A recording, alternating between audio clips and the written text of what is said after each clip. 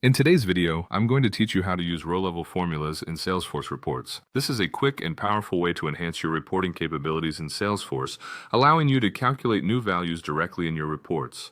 By the end of this session, you'll have a clear understanding of how to implement these formulas to extract more insights from your data. First things first, begin by logging into your Salesforce account. If you're not familiar with Salesforce, it's a robust platform that's essential for businesses large and small to manage their customer relationships and sales.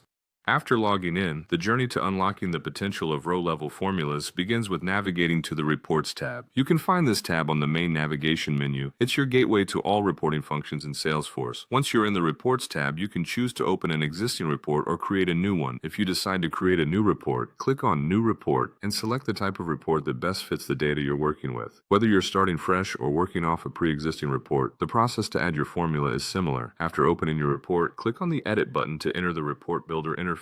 Here's where the magic happens. In this editor, you'll notice a section labeled Columns. This is where you'll manage all the visual data elements of your report. To add a row-level formula, you need to locate a small drop-down arrow next to any column header in this section, or find the Add Column button. Clicking either will reveal a menu with numerous options. The one you're interested in is Add Row-Level Formula.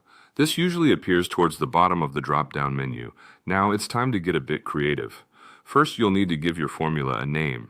This name should be something descriptive so that other users can easily understand what the formula does at a glance. Then decide on what type of data you want the formula to produce. You can choose from several data types such as number, currency, percent, or date, depending on what kind of result you need. Next, it's time to roll up your sleeves and delve into the formula editor. Here, you build out the actual formula logic. It's similar to creating formulas in Excel, but written in Salesforce's unique format. Once you're satisfied with your formula, click on the Validate button. This step checks your formula for any errors, ensuring it will work smoothly once applied.